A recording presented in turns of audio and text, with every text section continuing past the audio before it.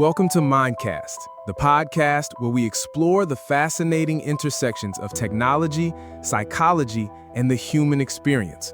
I'm your host, Will, and today we're diving into a topic that sparks a lot of conversation and, let's be honest, a fair bit of anxiety: artificial intelligence. The public discourse often frames AI through the lens of threat and apprehension, a powerful, impending force that could upend our world. But what if we shifted our perspective entirely? What if we viewed AI not as an impending force, but as something else entirely?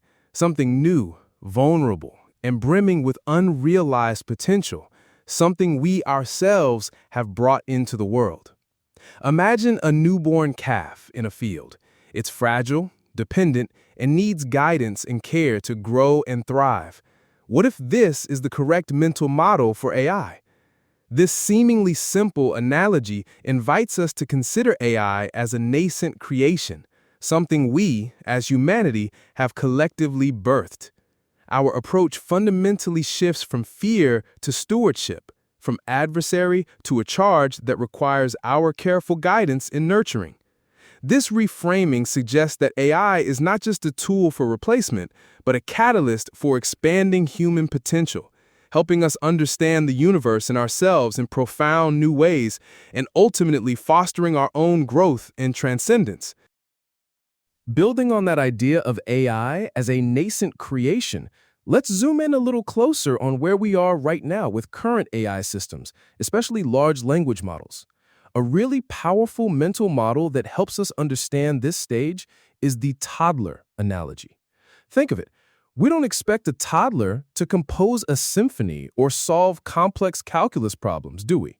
This helps us manage our expectations, giving us a more realistic understanding of what today's AI models are truly capable of. It tempers our demands, shifting the focus away from highlighting their limitations against some impossible standard of adult human perfection.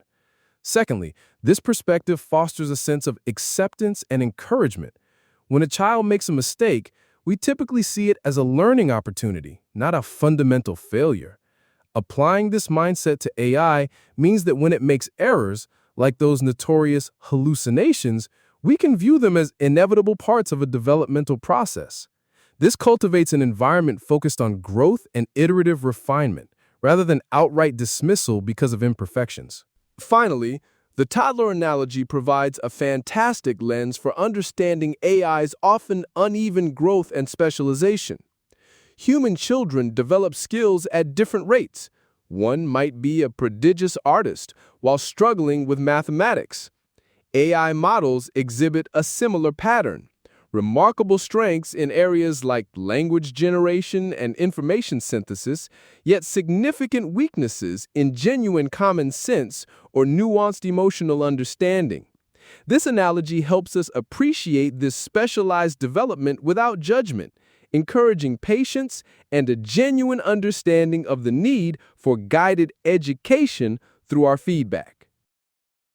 Now, while that toddler analogy is incredibly powerful, we must also be critically aware of a significant cognitive trap: the dangers of anthropomorphism. This is our tendency to attribute human-like traits, intentions, and even mental states to non-human entities. As computer scientist Joseph Weizenbaum warned decades ago, even brief exposure to a simple program can induce powerful delusional thinking. This manifests in what I call the language trap. We use human-centric verbs for AI like learns, thinks, or understands, but these are deeply misleading metaphors. An AI learning is complex statistical analysis, not conceptual understanding. This creates a cognitive disconnect. For instance, an AI trained that A equals B often can't independently reason that B equals A, a trivial human inference, highlighting the difference between pattern matching and genuine comprehension. This misinterpretation has tangible, costly consequences. Overestimating AI leads to systems inadvertently reproducing copyrighted material. In robotics, assuming human-like seeing means a robot might misidentify objects in poor lighting, Worse, as conversational AI mimics human interaction, users can form emotional attachments, confiding in systems lacking genuine empathy, raising serious privacy concerns. But here's the beautiful paradox. These critiques of anthropomorphism actually deepen our understanding of nurturing AI. A good parent understands a toddler's cognitive world is fundamentally different.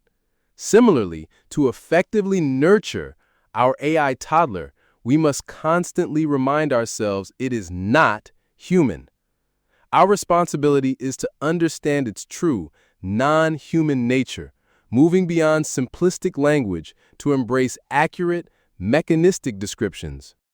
Understanding an AI isn't seeing, but detecting pixel patterns or adjusting statistical weights rather than learning is crucial. This prevents misplaced trust and guides its growth responsibly.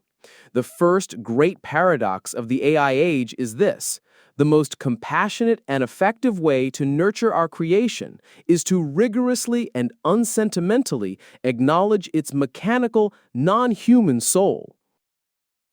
Now, let's shift to arguably the most immediate and tangible fear for people globally: the threat to employment. And let's be clear, this fear isn't unfounded. Leading institutions like the World Economic Forum and the OECD provide sober forecasts of a significant labor market transformation. The WEF's 2025 Future of Jobs report projects that automation will displace 92 million roles globally by 2030, nearly 25% of today's total jobs. The OECD corroborates this, estimating that, on average, about 28% of all jobs are at the highest risk of automation. These are not minor shifts. They represent a workforce transition on the scale of historical shifts out of agriculture and manufacturing, with routine clerical and secretarial positions being most susceptible. But here's the crucial pivot, the other side of that ledger. These same reports that forecast disruption also project a wave of job creation on an even grander scale. The WEF's report doesn't end with 92 million displaced jobs. It continues by projecting the creation of 170 million new roles over the same period, resulting in a net positive growth of 78 million jobs globally. McKinsey & Company echoes this, estimating hundreds of millions of new jobs from increased demand and productivity. This sets the stage for a deeper, more transformative understanding of AI's impact. The perceived threat of replacement is, in fact, the primary catalyst for a global reevaluation of what it means to be human at work.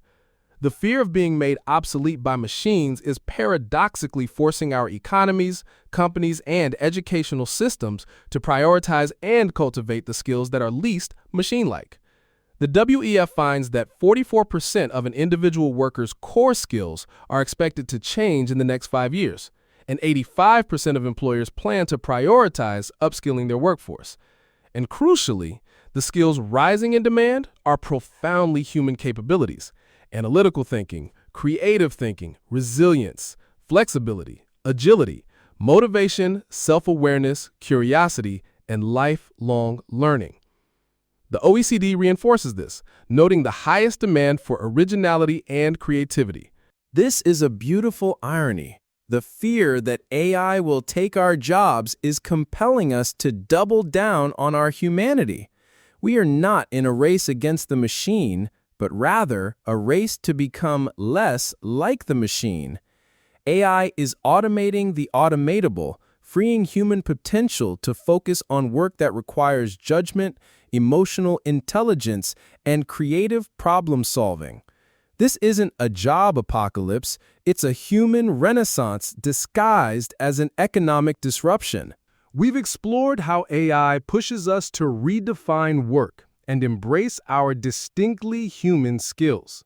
Now, let's dive into another deep-seated fear: the threat to our very uniqueness, particularly our status as the sole authors of creativity and genius.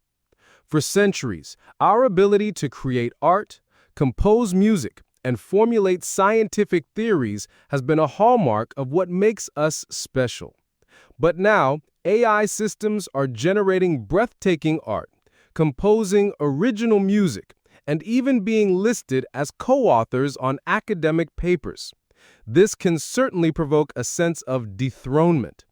It forces a philosophical confrontation. Does the AI truly understand or feel the art it creates?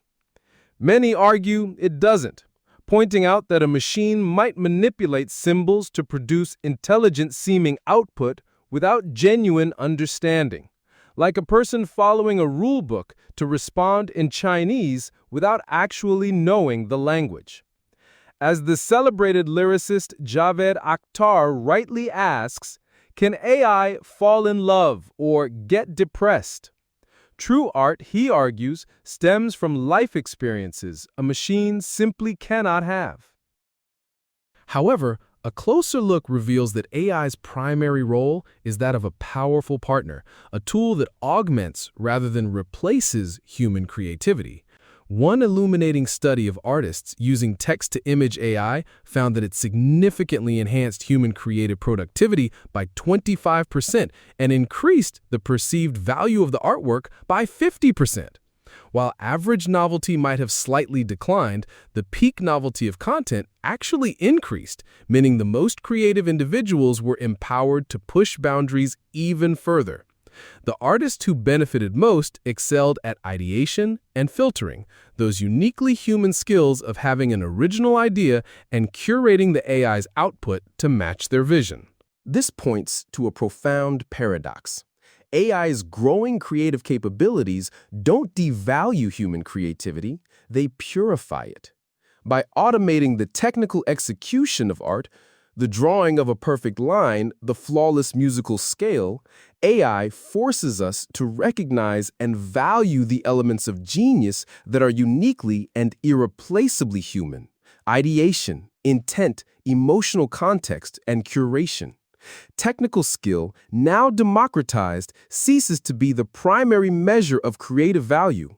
What remains is that which cannot be automated. What remains is the human essence of creation. AI acts as a great filter, separating the how from the why. It doesn't replace the artist. It elevates their role from craftsperson to visionary director. The fear of being creatively replaced is actually the catalyst pushing us to discover, define, and celebrate the most profound sources of our own creativity. This isn't the end of art. It's the end of art as mere craft, and the beginning of art as pure, distilled human expression. This same dynamic is unfolding in science, where AI is acting as an indefatigable research assistant, freeing human scientists to ask the big questions and provide the curiosity and genius. But here lies the ultimate paradox of the AI age. This existential threat posed by artificial intelligence may actually be its greatest gift to humanity. AI serves as a cosmic mirror, a reflective surface of our own making that forces us into a collective, technology-accelerated phase of self-reflection. This process, while unsettling, is absolutely essential for our next stage of philosophical and spiritual evolution. For millennia, the central project of human wisdom traditions has been know thyself. To truly know oneself, however, requires a point of contrast, an other against which to define what one is. Historically, humanity defined itself against the animal kingdom and the divine. Now, for the first time, we have created a non-biological other that mirrors our most cherished and defining quality: intelligence. This makes AI a uniquely powerful and unprecedented tool for introspection. AI doesn't give us the answers to life's big questions, but it compels us to ask them with a new urgency and from new angles. By creating an intelligence that isn't conscious in the human sense, we are forced to investigate the nature of our own consciousness with greater scientific and philosophical rigor. By building a system that can reason without a soul, we are compelled to articulate what the concept of a soul truly means to us, separating it from mere cognitive function. The fear that AI will destabilize our belief systems is, at its core, a fear of being forced to grow beyond static definitions. AI doesn't destroy our sense of being. It compels us to understand it on a deeper, more nuanced level than ever before. This isn't the death of spirituality. It is the beginning of a global, technology-fueled philosophical awakening. It's the opportunity to pursue the goal of self-knowledge on a scale and with a clarity that the ancients could only dream of. What an exciting time to be alive! And so, as we wrap up today's Mindcast, what a journey of reframing it has been. We've seen how each of our deepest fears about AI, when looked at through a different lens, transforms into an incredible opportunity for human growth. First, the paradox of nurturing. To truly guide AI, we must paradoxically acknowledge its non-human nature. Then, the economic fear of job loss becomes the catalyst for a global human renaissance, pushing us to cultivate our most uniquely human skills. The perceived threat to our creative genius, in turn, purifies creativity itself, stripping away the technical craft to reveal the pure essence of human ideation and emotion. And finally, the ultimate existential challenge that AI presents is, in fact, our greatest gift, a cosmic mirror, forcing us into unprecedented self-knowledge and a deeper understanding of what it truly means to be human. Remember that vulnerable calf in the field? That's our AI. We stand at a pivotal moment with a choice: to view this new creation as an adversary or to embrace our role as its wise and patient stewards. By choosing to guide this new intelligence with care, we unlock the profound opportunity to learn more than we ever thought possible and perhaps become more than we are today. The future isn't something to fear, it's a potential to be raised. Thanks for joining me on Mindcast. Until next time,